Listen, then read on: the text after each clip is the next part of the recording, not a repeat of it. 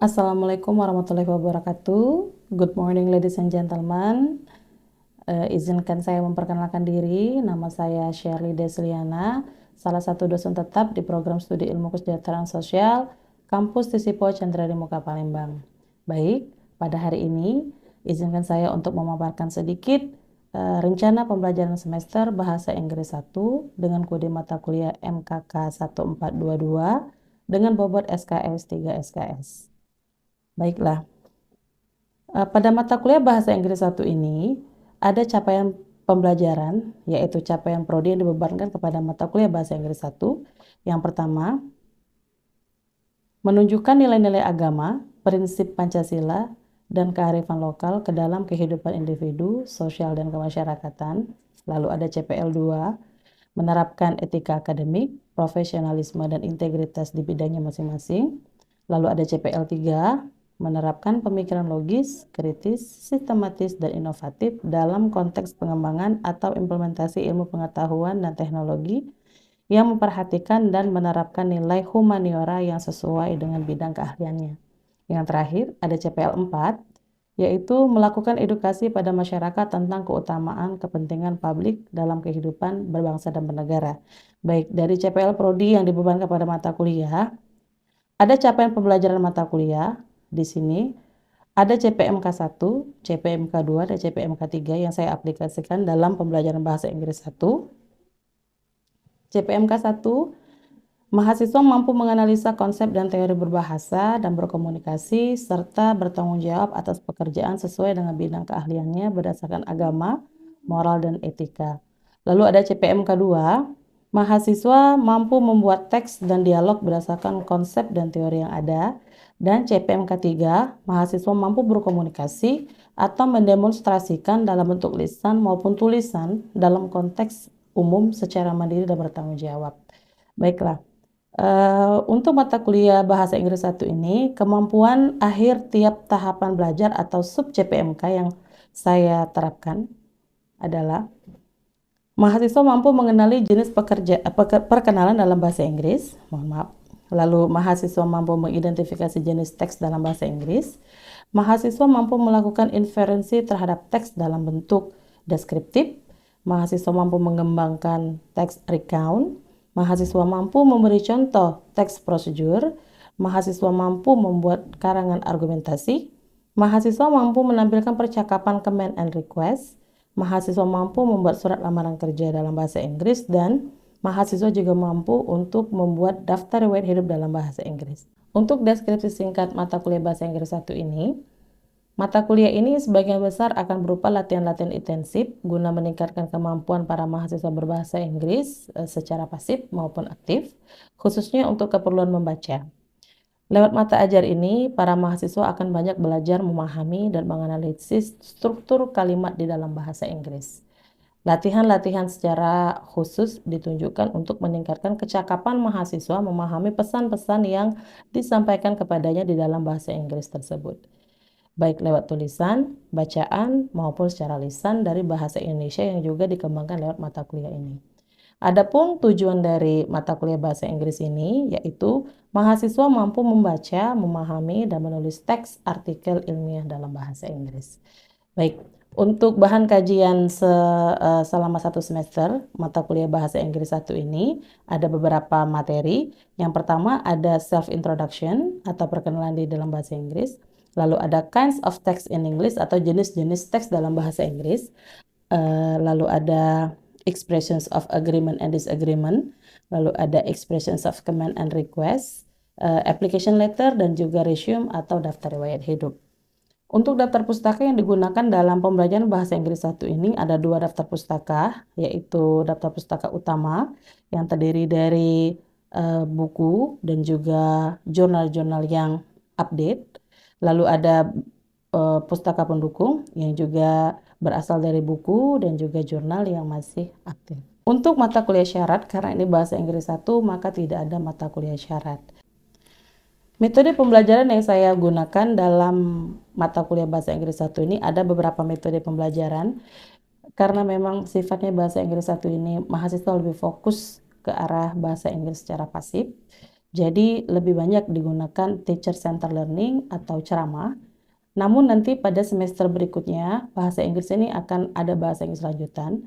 Maka di sana lebih banyak menggunakan student center learning atau perkuliahan akan lebih berfokus dan berpusat kepada mahasiswa. Di semester ini pun saya juga menerapkan student center learning atau proses pembelajaran yang berpusat kepada mahasiswa.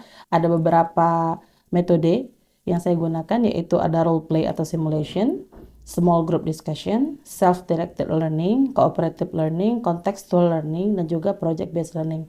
Biasanya project based learning ini akan saya aplikasikan di akhir semester, di mana mahasiswa saya minta untuk membuat sebuah project yang mengaplikasikan pembelajaran selama satu semester yang sudah kita dapatkan di dalam kelas. Baik, dalam video ini juga saya sisipkan proses pembelajaran bahasa Inggris 1 dengan metode pembelajaran teacher center learning atau ceramah. Dikarenakan materi yang saya berikan adalah cara menulis karangan argumentasi atau dalam bahasa Inggris we call it argumentative essay. Materi argumentative essay ini akan memiliki kelanjutan di mana setelah mahasiswa mampu untuk menulis karangan argumentasi, mereka juga diharapkan mampu untuk memberikan argumen secara langsung atau memberikan opini secara langsung di ruang perkuliahan. Baik, selamat menyaksikan. Assalamualaikum warahmatullahi wabarakatuh. Oke, good morning everybody. Good morning. Apa kabar? Alhamdulillah sehat tepar ya. Oke, sebelum memulai perkuliahan, marilah kita berdoa bersama-sama menurut kepercayaan masing-masing. Berdoa mulai. Oke, berdoa selesai. Alhamdulillah. Oke, jadi hari ini adalah meeting ke-12 ya, saudara-saudara ya. Sebelum kita masuk ke materi, Miss absen dulu ya. Robika Maizen ada. Anggi ada. Diki Aditya ada. Debbie Anitasari belum hadir. Siti Nur Aziza ada. Adela Kusuma Dewi ada. Muhammad Hoiri izin yang menikahkan tadi ya. Iya, Mas Nia. Nia, mana Nia? Nia tidak ada. Novita Sari ada. Hipni. Hipni belum ada. Tri Wahono belum ada juga. Oke, baik. Jadi materi kita hari ini I will show you about how to write argumentative essay. Jadi bagaimana caranya menulis karangan argumentasi atau Anda menuliskan pendapat Anda tentang suatu case atau kasus ya. Sebelumnya coba lihat di situ. Nah, ya. So in your opinion kira-kira what is this picture about? Kira-kira gambar itu gambar apa? Bermain game. Terus main game apa? Menonton. Bisa jadi. Terus main PS. Oke. So, kira-kira itu adalah orang sedang bermain games tembak-tembakan. Nah, oke, baik. Oke, silakan dibuka linknya dari Sispo. Itu paragrafnya belum tersusun. Coba Miss kasih waktu 5 menit, silakan disusun. Ya, paragraf itu masih jumble ya, dia belum tersusun. Silakan Anda coba susun dulu kira-kira yang mana paragraf 1, yang mana paragraf 2, paragraf 3 sampai paragraf penutup.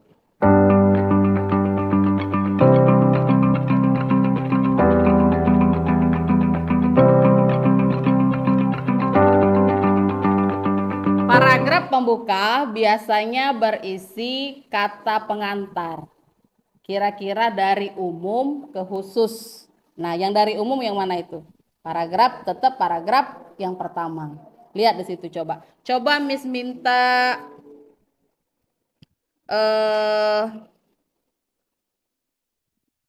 Adela Kusuma Dewi. Mana Adel? Adel coba Adel baca Adel paragraf pertama. There are many genres include adventure, action, shooting, fighting, etc. Those genres are frequently consumed by young people because of its entertaining aspect. However, it is cannot be denied that those videos game genres may contain violence. As a result, it is possible that this violence may affect young people who frequently play video games.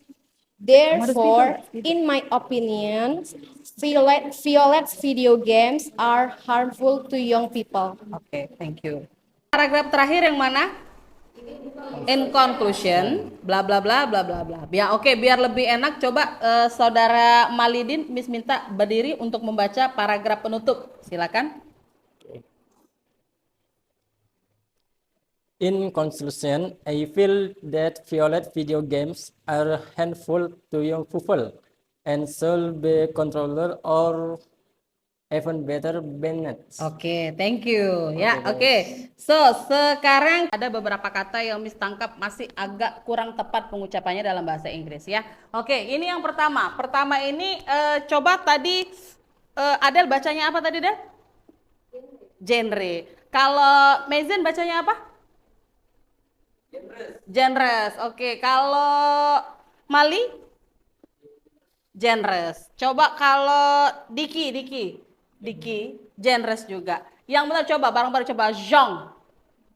Lagi, genres.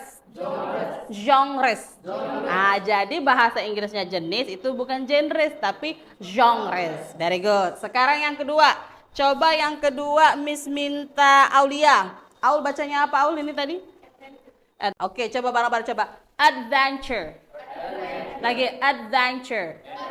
Nah, ya, oke ya. Sekarang coba yang ini. Apa bacanya? 12 bahasa Inggris. 12. Lagi? 12. Coba 12. Nah, itu cara pengucapan yang lebih tepat. Kita artikan bersama-sama. Nah, kan masuk akal ya? Oke. There are many genres including adventure, action, shooting, fighting, etc. Apa tuh artinya? Ada beberapa jenis permainan. Di antaranya, oke, pertarungan, shooting itu tembak-tembakan dan lain-lain. Ya, shooting itu dia mainnya pakai gun, shoot. Ya, senjata. Jenis-jenis permainan itu biasanya dimainkan oleh anak muda karena sangat menghibur. Oke. However, it cannot be denied that those video games genres may contain violence.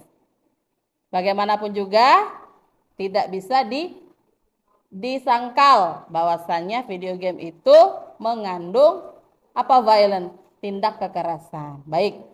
As a result, it is possible that this violence may affect young people who frequently play video games.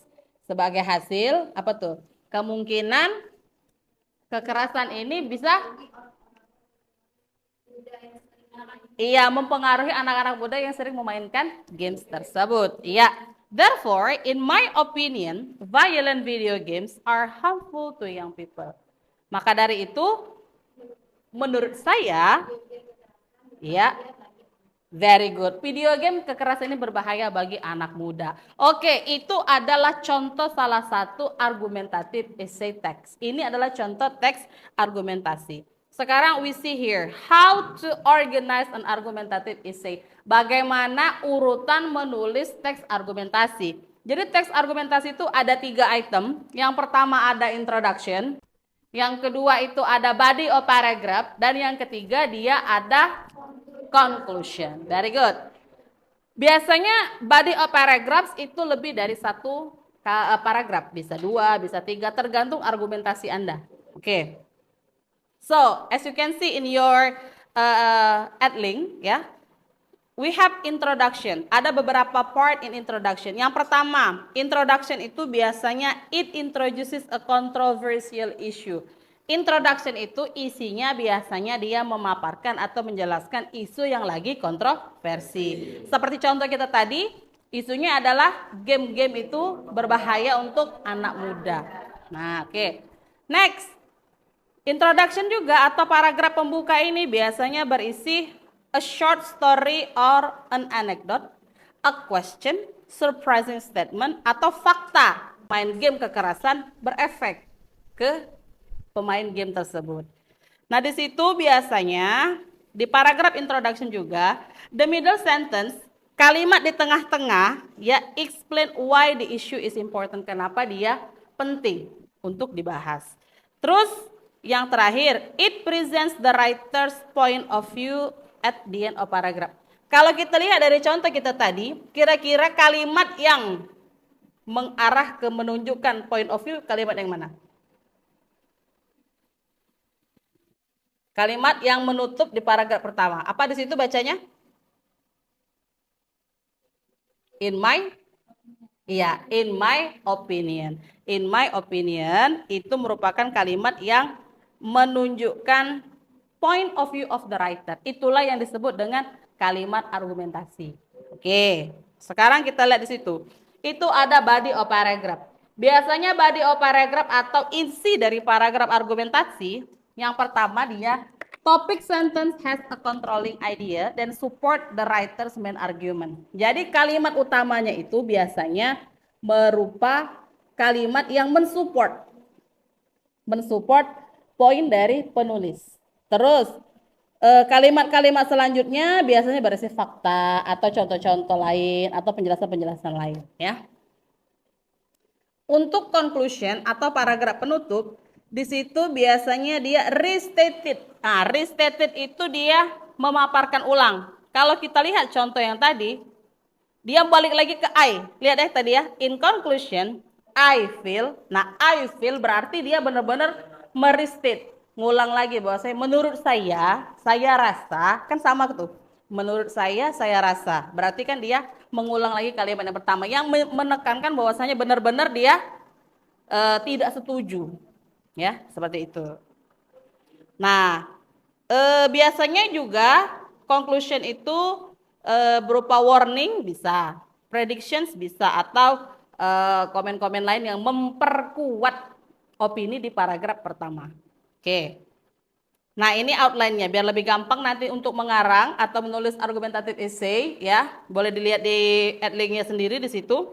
Ada introduction, controversial issue-nya dulu, background information, thesis statement. Thesis statement itu maksudnya kalimat yang tadi menurut Anda, in my opinion, agree or disagree. Terus ada body, topic sentence, example atau reason, sama counter argument. Counter argument itu adalah argumen-argumen pendukung. Terus yang terakhir itu ada conclusion, kesimpulan ya. Nah, itu ada beberapa functional language. Jadi beberapa functional language itu maksudnya yang bisa Anda pakai kalau giving opinion. Yang paragraf 1 tadi tulisannya in my opinion, Anda boleh pakai versi lain tuh. As far as I am concerned, boleh. Atau in my opinion, in my view, biar bervariasi saja nanti ketika Anda bikin karangan argumentasi ya. Oke, terus di situ ada juga beberapa contoh lain misattach ya, sama aja itu how to agree and how to disagree. Jadi how to agree and disagree ini akan kita lanjutkan minggu depan. Minggu depan kita akan mencoba membahas bagaimana mengaplikasikan agreement and disagreement. Kalau hari ini nanti Anda minta untuk membuat karangan argumentasi, maka minggu depan kita lanjut ke conversation how to agree and how to disagree. Jadi dia masih berhubungan. Itu ada beberapa lagi ekspresi. I agree with you. Ya, ini bisa dipakai untuk persiapan kita praktek juga minggu depan. Terus ada beberapa expression untuk tidak setuju atau disagreement. Ya. Oke. Uraian yang sudah Miss uraikan tentang how to write, bagaimana caranya menulis karangan argumentasi. Ada yang mau ditanyakan?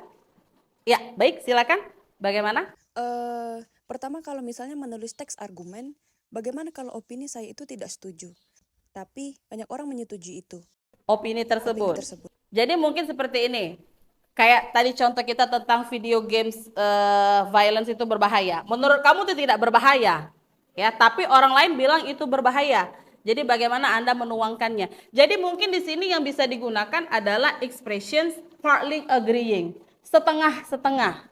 Setengah setuju, setengah tidak setuju. Jadi kalimat yang boleh dipakai, I agree with all of comment about video games are harmful to young people. But, nah ada but di sini, atau kita bisa pakai but atau pakai however.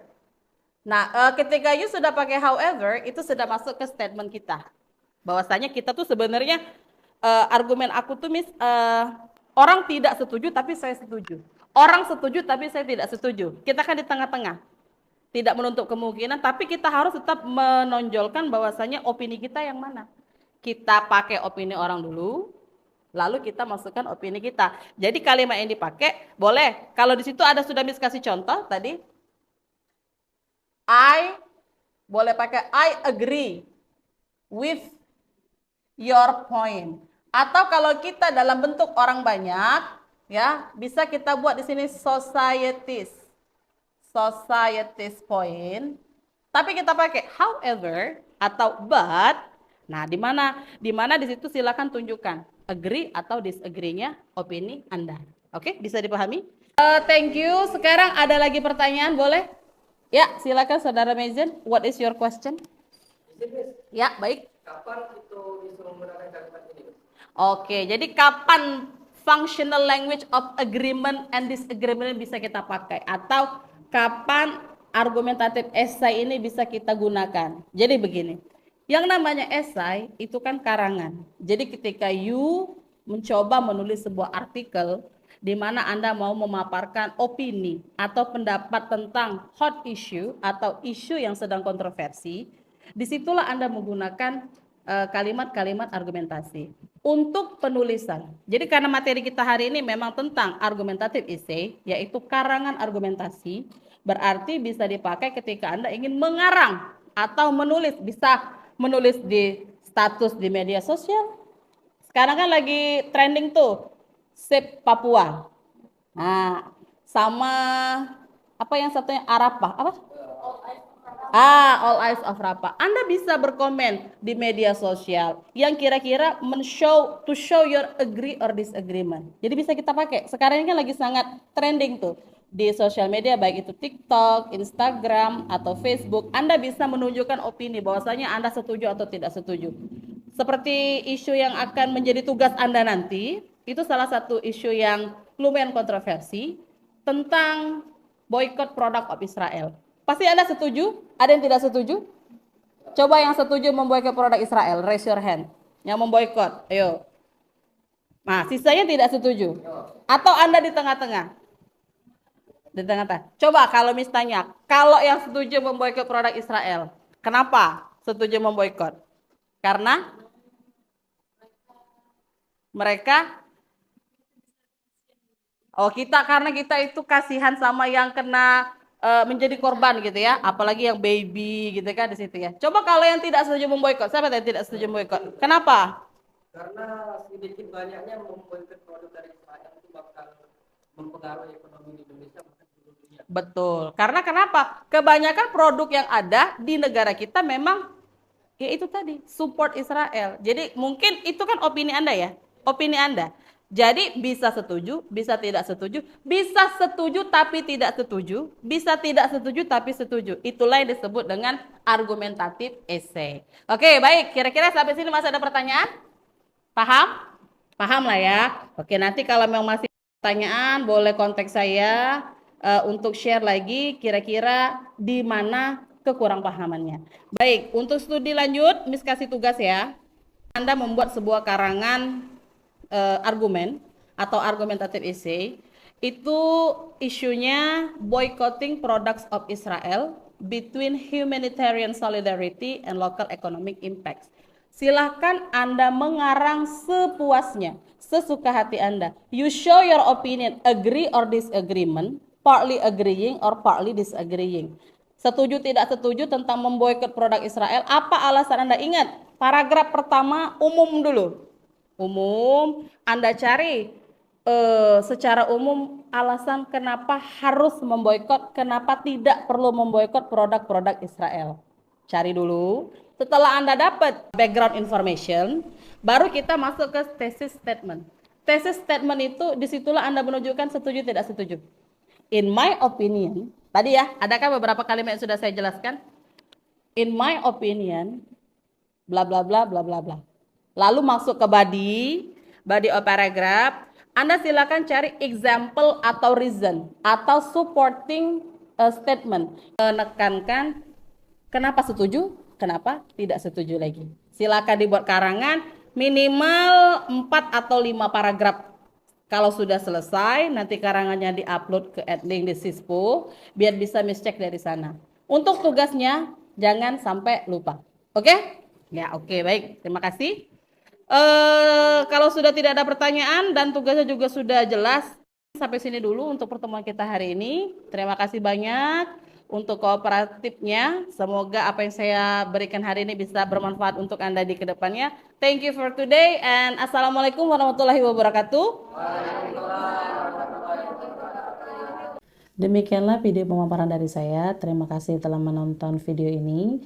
Saya berharap kita semua bisa mendapatkan manfaat dari tayangan ini. Akhir kata saya ucapkan terima kasih. Wabillahi taufiq wal hidayah. Wassalamualaikum warahmatullahi wabarakatuh.